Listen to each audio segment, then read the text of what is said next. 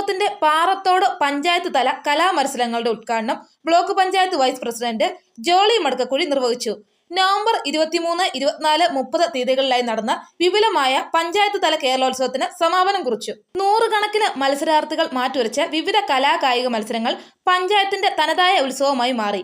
കലാമത്സരങ്ങളിൽ 29 ഇനവും കായിക മത്സരങ്ങളിൽ 16 ഇനങ്ങളും ഉണ്ടായിരുന്നു. സമാപന സമ്മേളനത്തിന് panchayat vice president Sophy Joseph അധ്യക്ഷത വഹിച്ചു. കൺവീനർമാരായ Diaz Kokkat, Siyad K A, T Rajan, Vijayamma Vijayalal, Sindhu Mohanan, Annamma Varghese, Eliyamma Joseph, Josina Jose തുടങ്ങിയവർ പ്രസംഗിച്ചു.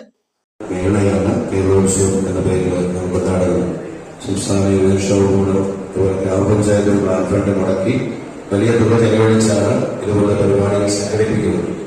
എന്നാൽ അതിന്റെ പ്രാതിനിധ്യം വളരെ കുറഞ്ഞു പോകുന്നു എന്നുള്ളത് വളരെ ദുഃഖകരമായ കാര്യമാണ്.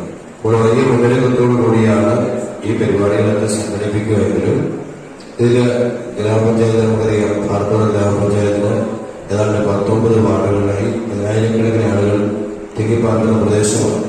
ഇവിടെ നിന്ന് ഇപ്പോൾ ഈ മത്സരത്തിൽ പങ്കെടുക്കുവാൻ ചുരുങ്ങിയ ആളുകളെ പങ്കെടുക്കുന്നു. അതുപോലെ കലാമത്സരങ്ങളിലാണെങ്കിലും അതുപോലെ കായിക മത്സരങ്ങളിലാണെങ്കിലും സ്പോർട്സിലാണെങ്കിലും ചുരുങ്ങിയ ആളുകൾ മാത്രമേ പങ്കെടുക്കുന്നുള്ളൂ എന്നുള്ളത് വളരെ ദുഃഖകരമായ കാര്യമാണ്.